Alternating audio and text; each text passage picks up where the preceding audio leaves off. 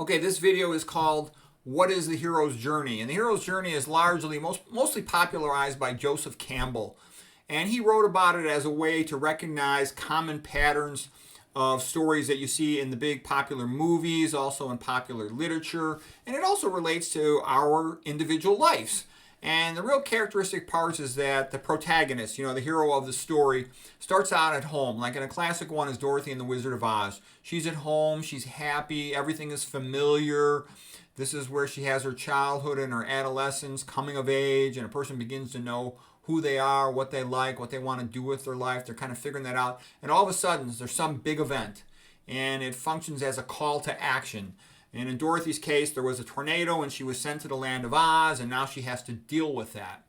In other stories, it'll be something like in the Rocky movies. He gets his chance to have a big shot at the title. Okay, but you'll see, you'll be amazed. This actually works with most big popular movies. Okay, and then it also relates to your individual life. I can just say for my own life, when I was in high school, I thought I had the world figured out. I was in love with my girlfriend. I wanted to marry her. I was going to be a national champion wrestler. I was very confident of that. Get a full scholarship to the Big Ten schools. It was all set, and I had a nice family. And all of a sudden I got injured and my career was like messed up, and Big Ten schools wouldn't offer me a full scholarship anymore. So I just went out to Stanford, which meant nothing to me. I was from Chicago, and that led to me drifting apart from my girlfriend, and that was real sad. And then I wasn't really prepared academically. So what I'm trying to say is, all of a sudden my life sort of fell apart, and I was in this foreign place where I didn't know a single person. And like I said, the head coach didn't like me, and everybody goes through that, where they're shaken like a kaleidoscope out of the familiar happy place, and you sort of hit rock bottom where everything stinks. You're failed, you're sad, you're kind of hopeless, you don't know what you're going to do.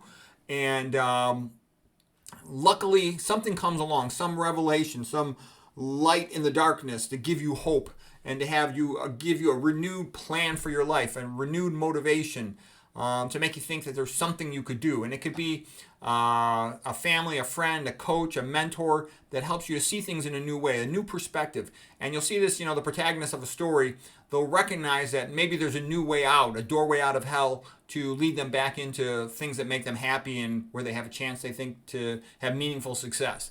Okay, and this can also be like a clear sense of mission, a clear sense of purpose, a metamorphosis, transformation from a caterpillar to a butterfly. And what I would say would be helpful to people, because I certainly didn't like it when I was moving along, but I had to go through it, was every time I go up 2 steps, I almost always get knocked back down a step. Go up 2 steps, get knocked back down a step. Go up 2 steps, get knocked back down a step. And unfortunately, that's just how it is. I want to just go straight up to success and all these other good things, but it's not like that. So that's why you have to have a real strong sense of purpose and be resilient, because you have to accept those setbacks, because if you don't, you can't keep progressing.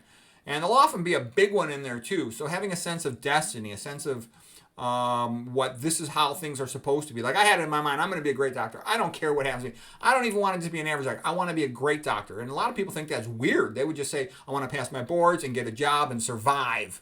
But the fact that I had the attitude that I had, lots of people were nasty to me along the way, or tried to screw me over. I didn't care. I was always like, okay, scumbag, do what you want. I'm going to be great. I don't really care what you do. And so, anyways, having your own sense of what's going to work for you.